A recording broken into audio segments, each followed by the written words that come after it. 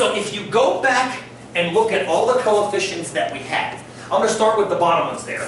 1, 4, 6, 4, 1. I've put some ones on there if it's okay with you guys for the one here and here. I mean, technically speaking, there's 1 on each of those.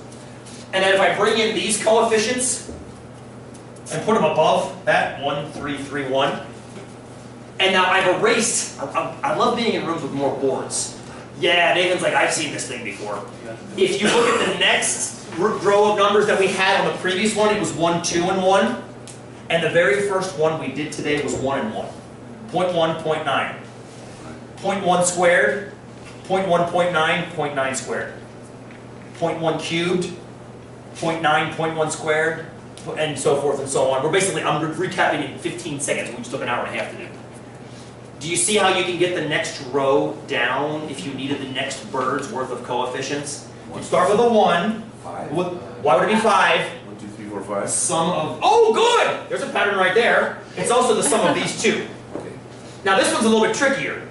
1, 3, 6, what would that be? Well, it turns out it's 10, because these are called triangular numbers. 1 plus 2 is 3, plus 3 is 6, plus 4 is 10, and so forth. But the easier generator is just the 2 diagonal above, add to make this one. This one would also be 10.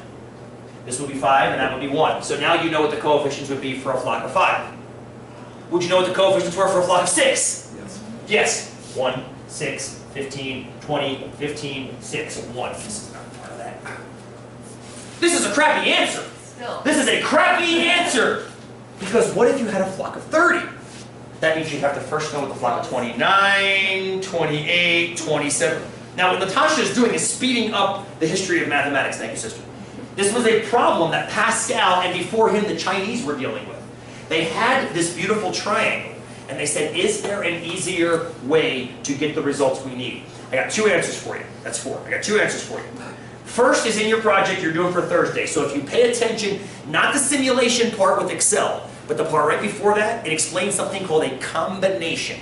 That will get you the number you need anytime, and that explains to you why. However, I don't like to get hung up in formulas. I like to get hung up in getting this as quickly as possible and then interpreting it. Here's how we do that. You can't do it yet, because I have to give you a gift first. But here's the gift.